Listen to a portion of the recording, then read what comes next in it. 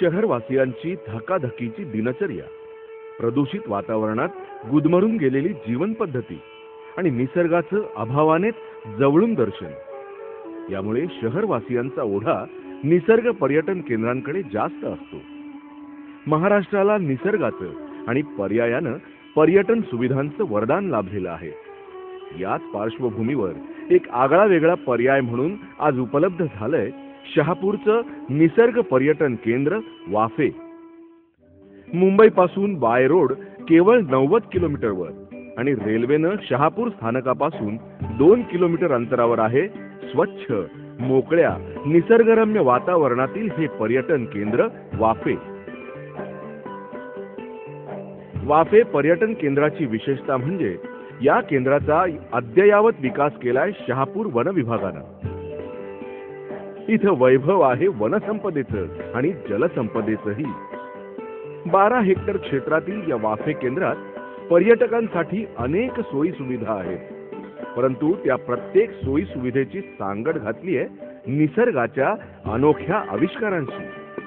एका दमात सांगायचं तर रम्य वातावरणात राहण्याची व्यवस्था, उत्तम अशी खानपान व्यवस्था, खुल्या आकाशाखाली झुल्यावर बसून चहा नाश्त्याचा आनंद, बालोद्यान, रोपवाटिका आणि आकर्षक मोटर राईड. निसर्गाच्या कुशीत खुला श्वास घेता घेता राहण्यासाठी बांबू झोपडी आहे, कारवी झोपडी आहे,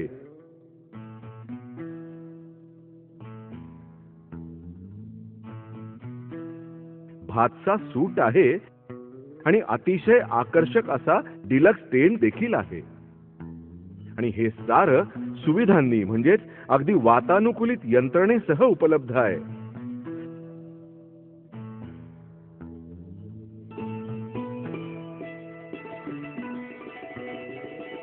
सुगंधी एकांत, हवा हवासा निसर्ग सहवास, राहण्याची उत्तम सोय असेल आणि निसर्गाची जवळीक असेल तर भोजनाची उत्तम व्यवस्था हवीच हवी. इथलं भोजनगृह आपल्या पोटाची काळजी समर्थपणे करतं. उंच मचाणावर बसून स्नॅक्सचा आनंद लुटायचा असेल तर त्याचीही काळजी इथं घेतली गेली आहे. प्रत्यक्ष वनभोजनाचा अनुभव घ्यायचा असेल तर निसर्ग कायम तुम्हाला खुणावत असतो. इथल्या हिरव्या नवलाईची बातच निराळी. झुळू झुळू वाहणारं पाणी आणि जलाशय यांची भेट अधूनमधून होतेच. भातसा नदीच्या संथ पाण्यात मोटर राईड्स आहेत. मोटर राईड्स, वॉटर स्पोर्ट्ससाठी आता रायगड जिल्ह्याकडे धाव घेण्याची गरज नाही. वाफे पर्यटन केंद्र त्यांच्या या गरजा इथेच पूर्ण करू शकतं. या स्पोर्ट्स राईड मध्ये जेट स्काय, सिंगल सीटर कायाक, डबल सीटर कायाक, बनाना राईड्स, सोफा, बंपर यासारख्या वॉटर राईड्समुळे पर्यटक इथे नक्कीच आकृष्ट होतील.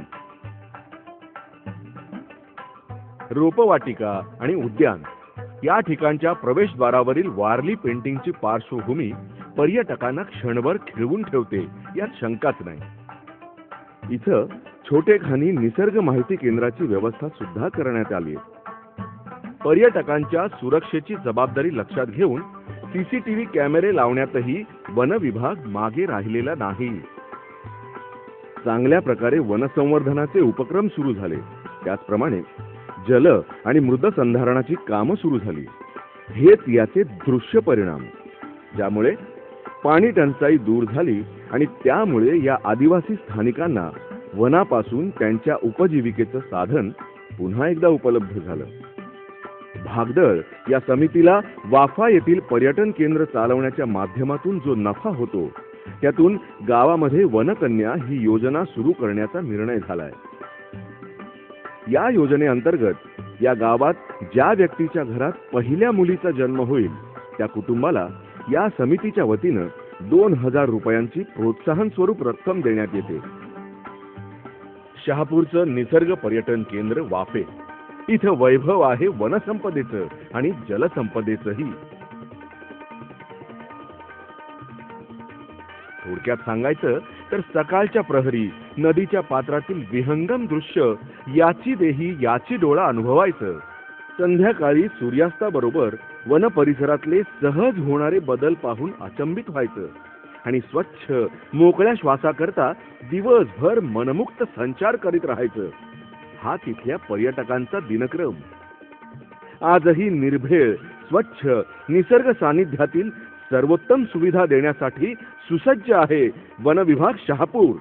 आणि तुम्हाला खुणावीत आहे वाफे, शहापूरचं निसर्ग पर्यटन केंद्र.